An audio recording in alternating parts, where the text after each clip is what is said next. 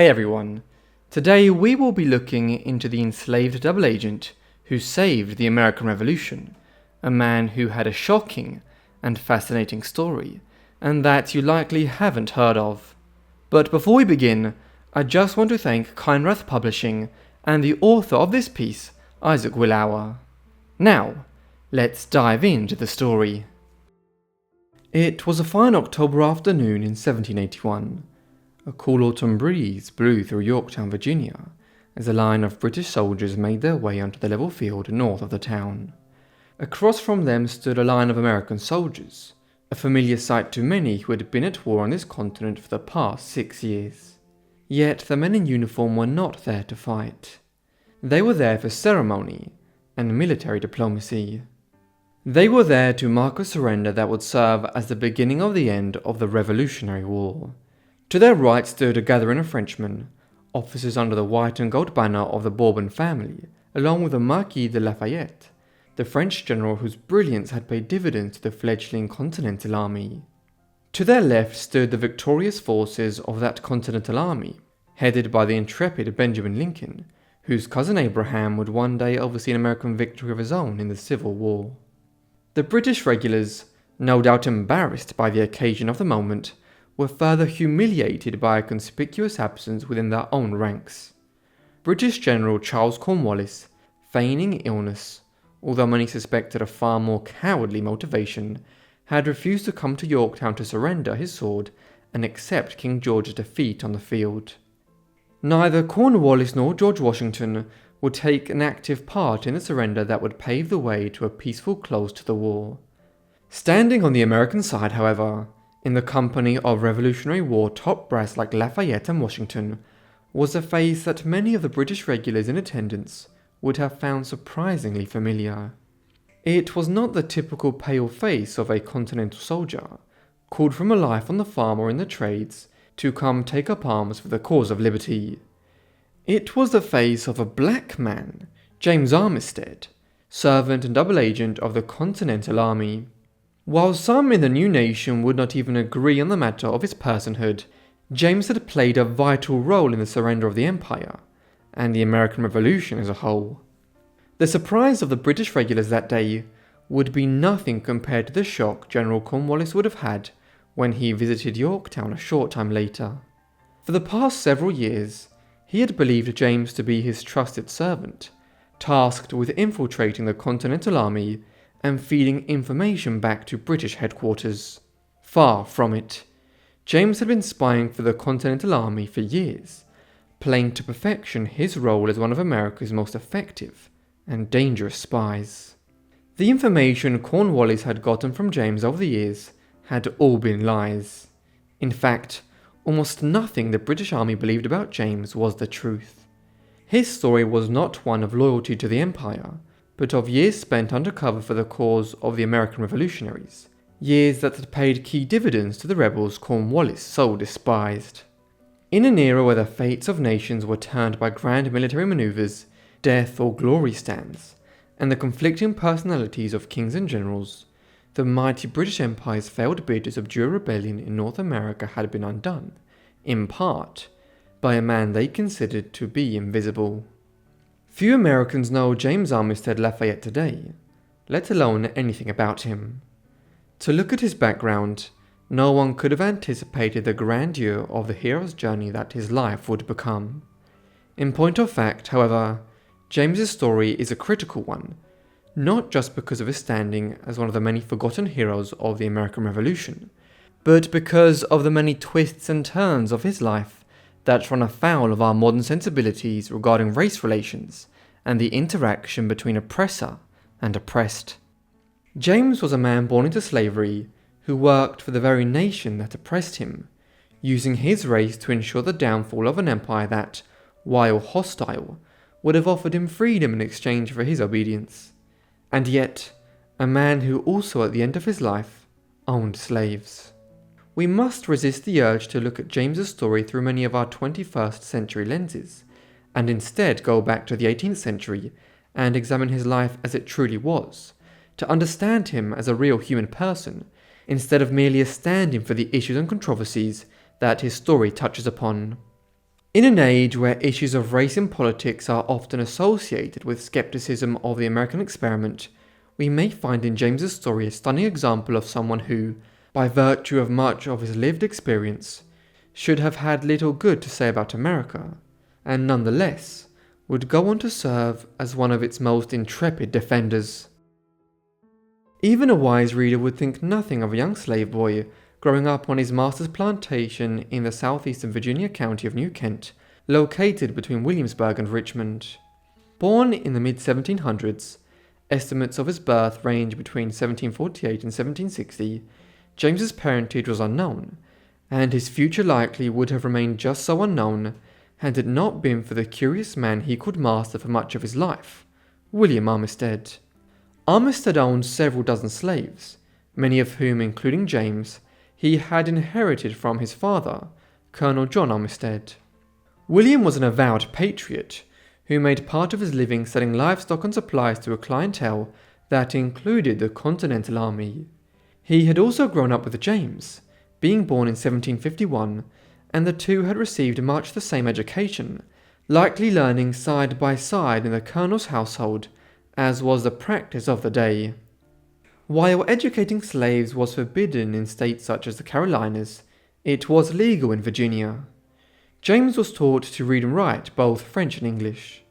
While his education may have been a capitalist calculation, largely designed to increase James's value to his master's industry, it was an education that would serve him in ways neither he nor his new master William could have foreseen at the time.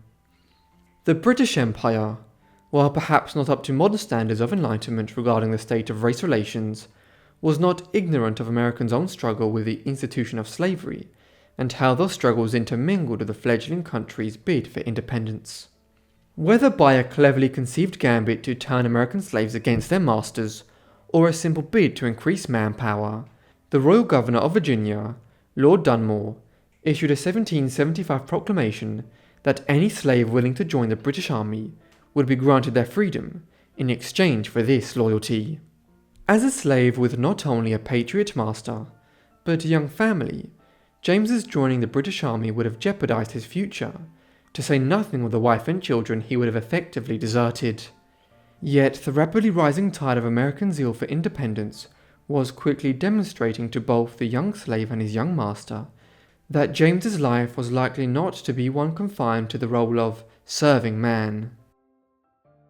The war in the colonies forged many unlikely alliances between the American patriots and those across the globe who harboured sympathy for the cause of revolution and shared hatred for the colonists' British oppressors. The Marquis de Lafayette was one such ally. He was a French nobleman and military commander who volunteered to join the American side under the command of George Washington. While Lafayette's admiration of Washington was famous, he harboured yet another source of loyalty that found him common cause with the patriots. He abhorred the institution of slavery, a commitment he defended by his belief in natural law and the rights of the human person, and one that would later lead him to a key role in both the writing of the Declaration of the Rights of Man and the French Revolution. The Marquis's convictions also led him to an unlikely partnership with James Armistead when he joined the Continental Army under the Marquis's command. That partnership quickly blossomed into a true friendship, and the Marquis's admiration for James's intelligence and cleverness turned into a desire to see the young slave become a free man. But the road to freedom was long, and it led through a war in which victory was by no means guaranteed. The Marquis realized that James's skills and quick-wittedness were wasted in his station as a common soldier. So he made a different pitch, grand espionage. He proposed that James make use of the Empire's desire to recruit slaves for cannon fodder, slip away from the American front lines, and infiltrate the British Army, gain what intelligence could be obtained, and pass it back to the Continental Army. It was a high-risk operation for the young James. The punishment for captured spies was death. James could carry no papers proving his true identity, leaving him more defended against discovery, but left with no options to truly come clean if questioned. The British Army throughout the Revolutionary War was not known for its humanity, Many regulars deserted over their inhumane treatment, switching their loyalties to fight alongside the ragtag group of farmers, millers and townsfolk that largely comprised the soldiers of the Continental Army. If the Empire was so ruthless to its own soldiers, the chance they would look lightly upon a double agent, particularly a black man, was less than zero. James accepted the Marquis's offer. He could have made the choice to defect to the British Army once safely away, a temptation that no doubt gnawed at his conscience every time he heard the mention of the Empire's offer of freedom to slaves who defected. And a slave like James could hardly look at the American colonies and their newly minted Declaration of Independence with wholly bright eyes. How could James choose to serve a people that voiced its commitment to freedom and inalienable rights in bold strokes of the pen, while also maintaining the system of slavery that not only held him, but his wife and young children, in the inhumane state of servitude? James faced a choice: to serve the British and accept a guarantee of freedom, wholly staked on the unquestioning deference to the crown, or serve America without a guarantee of freedom, whose philosophical commitment seemed to cruelly overlook his own plight as a black man. Yet to waver or harbour himself in the quiet cowardice of inaction was not James's way. As he saw it, he had a job to do, and even if the British Crown nor the Continental Army were fully worthy of trust, his friend, the Marquis de Lafayette, was. He chose to trust Lafayette, and in March 1781 became the American Revolution's newest double agent. Perhaps ironically, James's first task was to lie his way into the trust of others. He crossed over into enemy lines, posing as a runaway slave to gain entry into the British camp. Did the regulars who first met James harbour suspicions? No doubt many did.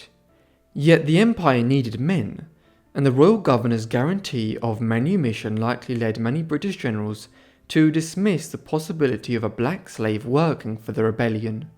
In addition, the circumstances of the war made James too hot a commodity to refuse. To the British, James in many ways constituted the ideal asset. His life in Virginia gave him a near encyclopedic knowledge of the terrain and routes surrounding Williamsburg and Richmond, a critical quality for the Empire, which was struggling to combat a guerrilla fighting force defending a homeland with which it was intimately familiar. In the views of the Crown's generals, James was the missing piece. Not only was he a reliable source of information for carrying out maneuvers and coordinating troop movements, but his background as an educated, literate slave made him the ideal candidate for espionage. In a bid that no doubt led James to many quiet chuckles in private, the British sent James to infiltrate the American camp and glean key details on American movements, supply lines, and future military moves. James worked the perfect con.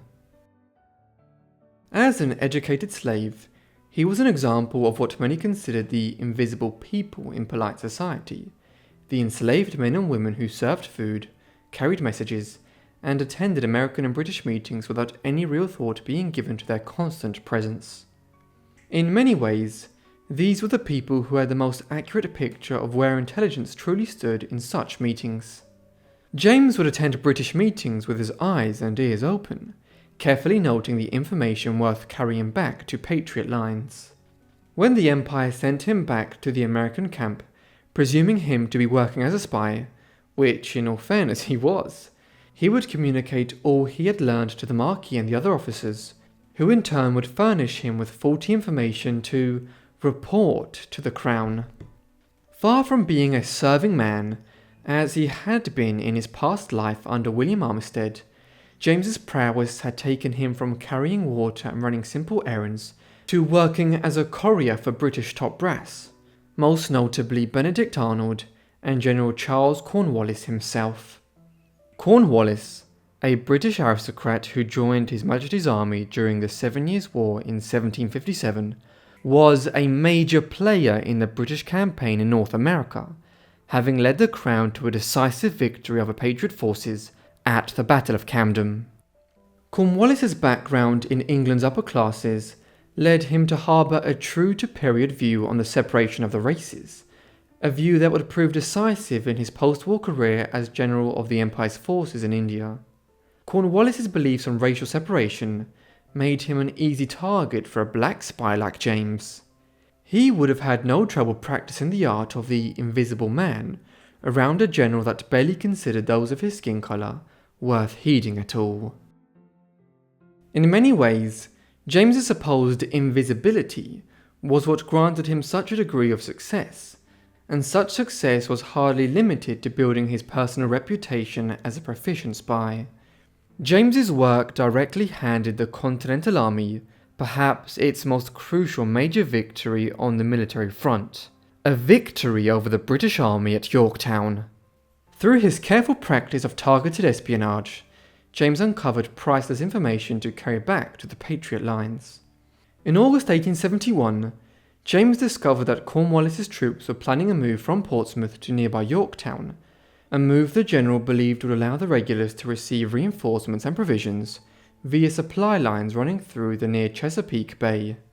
The general likely trusted in the hope of secrecy, along with reinforcements along the American East Coast, to allow the manoeuvre to be carried out with a little opposition from the rebels, a false hope that James worked hard to maintain in Cornwallis's mind. In his confidence, just as he had done countless times before, Cornwallis failed to pay heed to the invisible man in the room. James passed the information of the move to Yorktown along to the Marquis. Subsequently, the French Navy blockaded the Chesapeake, cutting off any hope of British relief coming via sea. As the French moved to crash the Bay supply line, the Continental Army struck at Cornwallis's position on the Yorktown Peninsula via land routes, digging trenches less than 1,000 yards from the British lines, and launching massive artillery barrages, along with several ground attacks under the command of the Marquis de Lafayette and a young Patriot colonel named Alexander Hamilton. The siege of Yorktown, which started on October 9th, rendered the regulars incapable of manoeuvring into more favourable positions or receiving reinforcements from New York.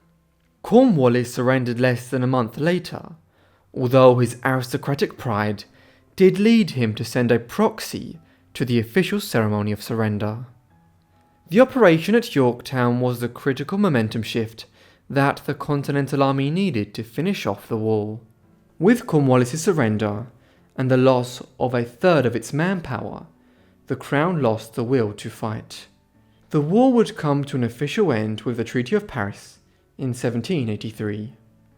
Yet, perhaps few who signed the treaty, or indeed few who took part in the Battle of Yorktown itself, understood the role that a singular black slave had played in achieving victory for Washington's army that October.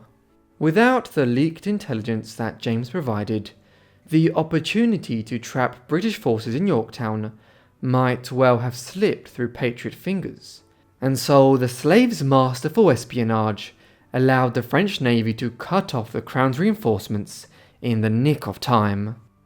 For his part, Cornwallis likely never knew the true extent of how much his servant had helped to bring about his humiliating defeat in Virginia, although records tell of one instance where Cornwallis encountered James in American uniform on a visit to the Marquis to settle the terms of surrender. The general was said to have quipped, "Ah, you rogue, then you have been playing me a trick all this time." James, born in slavery, yet blessed with an indomitable will and uncommon degree of cleverness and intelligence, had successfully outwitted one of the most prominent generals in the mightiest military on the face of the planet. It was this quality that had led the Marquis to place trust in James, all those years ago when he was little more than an educated slave and serving man. Now, he was an American hero, who had served his country honourably, undertook more than his fair share of danger, and become a lifelong friend to one of the most important figures in the American Revolution. Although no doubt the reality of racial division and politics at the time weighed heavily upon the spy's shoulders, James had seen opportunity in what many would have considered a deep burden.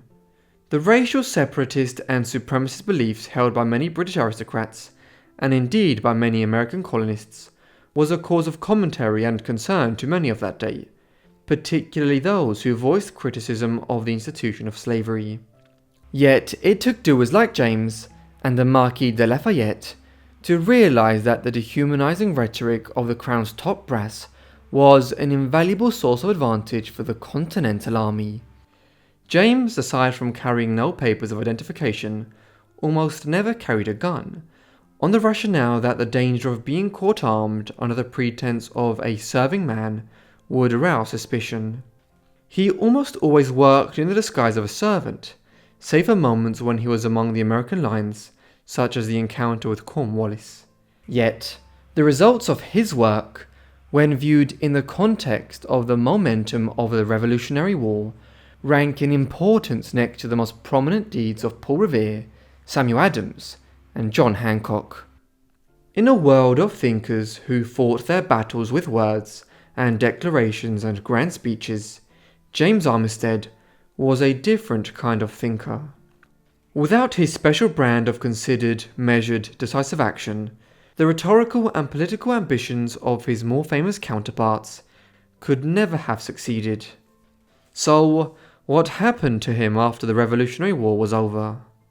You may assume that when James left the Continental Army, he was a hero of the new nation, and that he must have retired to enjoy a well-deserved life of freedom.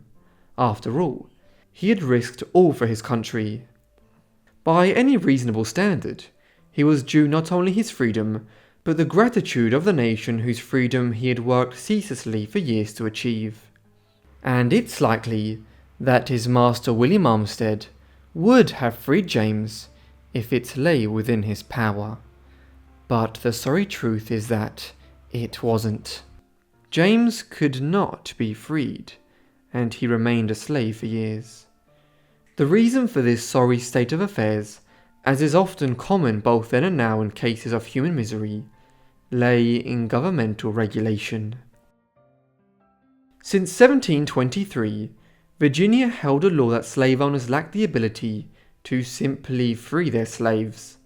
Such freedom, the statute read, could not be granted upon any pretense whatsoever, except for some meritorious services to be adjudged and allowed by the governor and council. In 1782, Virginia passed legislation allowing for the freedom of black slaves who had served as soldiers in the Revolution, deeming military service to be meritorious enough to earn the right to one's own person. But the spirit of the law was trumped by the letter. James was not a soldier.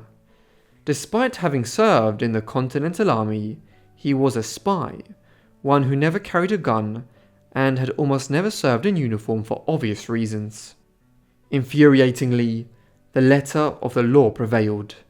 Thus, it was not the patriot William Armistead who determined James's fate, but the laborious machinations of the Virginia state legislature who determined whether the spy who helped save the American Revolution met the criteria to be granted manumission. The process took 5 long years, during which James continued to serve William in his prior capacity as a serving man.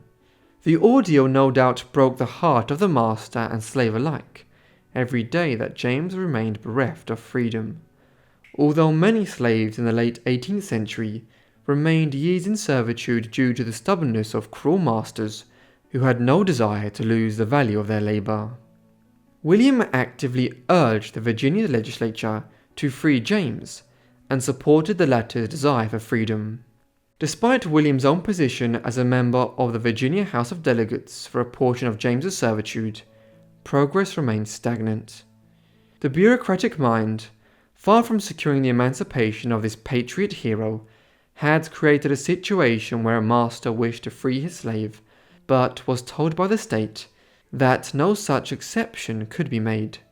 Yet, as had happened so many times in James's life, hope sprung eternal from a different place. The Marquis de Lafayette, arguably the only one of James's allies whose impact was sufficient to move the legislature to action, was incensed. His hatred for the institution of slavery was only further inflamed by the knowledge that the newly freed American government was refusing to extend that liberty to a man he considered both a fighter and a friend.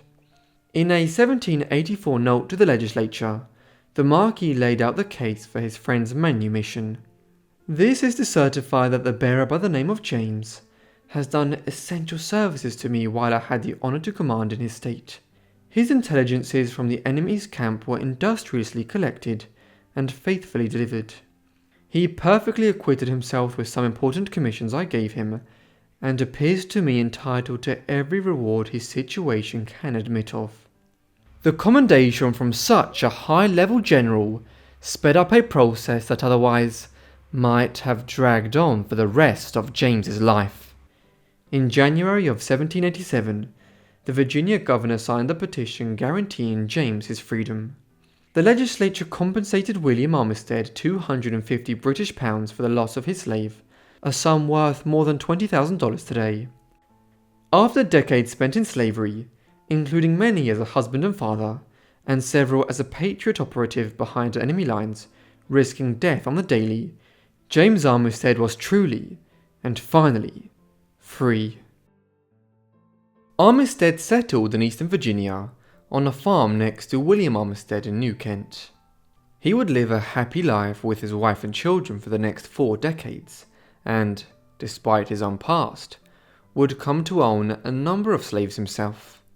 Although the farm life in Virginia was no doubt less thrilling than the exhilarating rush of working as a double agent on behalf of a rebel nation at war, James never forgot his past and the role he had played in securing American independence. In 1824, he would reunite with his Revolutionary War brother, the Marquis de Lafayette, when the general visited Yorktown on a tour through the United States. James notably was so inspired by the kindness the Marquis had shown him as a young man, his masterful leadership during the Revolution, and his unflinching dedication to ensuring his friend's freedom after the war, that he took the name Lafayette in honour of the French general. James Armistead Lafayette, as he would come to be known in full, lived out the remainder of his days in relative peace and prosperity, living on a pension earned from his war service and becoming a wealthy landowner in the region, achieving the 40-acre farm that freed slaves in later decades would come to see as the mark of true financial success. In 1832, James died, surrounded by his loved ones, at 72 years of age. Despite several historical markers commemorating his life and service, his final resting place remains unknown to this day. Some might be inclined to dismiss many of James's avowals of the cause of liberty, given his later choice to own slaves, just as they do with Washington and others of the Revolutionary era. For someone like James, who had endured untold racism and struggle in his battle on behalf of the fledgling nation, and yet soldiered on through it all to eventually earn his freedom, to own slaves, many modern listeners would take that as an indicator that he simply was not as moral as he seemed, or as has been argued. That would be a mistake. To look at the substance of his life and accomplishments, James's life in fact presents a far more likely and more uncomfortable moral reality.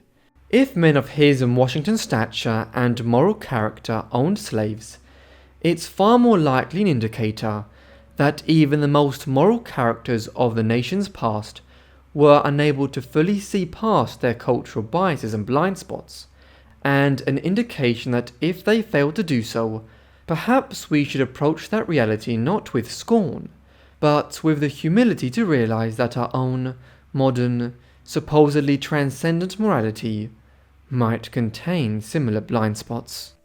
The story of the American Revolution, aside from being the turning point in history that would form the political and philosophical foundations of the United States, is one that contains within it thousands of smaller, often forgotten stories of valor, ingenuity, and the extraordinary moral courage of largely ordinary people. James Armistead Lafayette is just one of those stories. Born into a world of prejudice, servitude, and race hatred, James continually made the choice to see the odds stacked against him as opportunities, not obstacles. His choice to join the Continental Army, while viewed as the obvious heroic choice with benefit of hindsight, could easily have gone a myriad of other ways. The Marquis never promised him his freedom in exchange for his faithful service, James had to trust to Providence and his own friendship with the Marquis that all would turn out justly in the end. It was this trust, coupled with his undying devotion to liberty, that propelled James to a career that most born in his state could only have dreamed of. His story of success amid servitude, and his will to overcome the many obstacles put in his way, epitomize the spirit of the revolution he helped save. James was not a statesman, orator, or philosopher. He left few writings, save his own petition for manumission. Yet his mark was not one of fiery speeches, but of accomplished goals, and faithful carrying out of his duties to advance the cause of American independence with every intelligence report and espionage mission he undertook. His friend, the Marquis de Lafayette, once said that he never beheld so superb a man as General Washington after the Battle of Monmouth.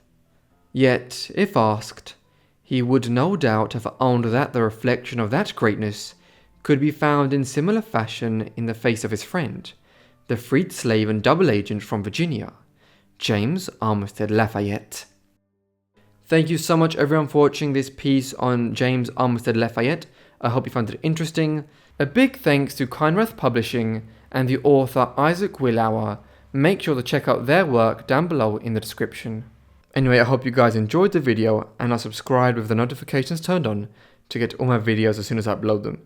If you have any suggestions, leave them down below. And anyway, that's all from me, so I'll see all of you in the next Forgotten Life.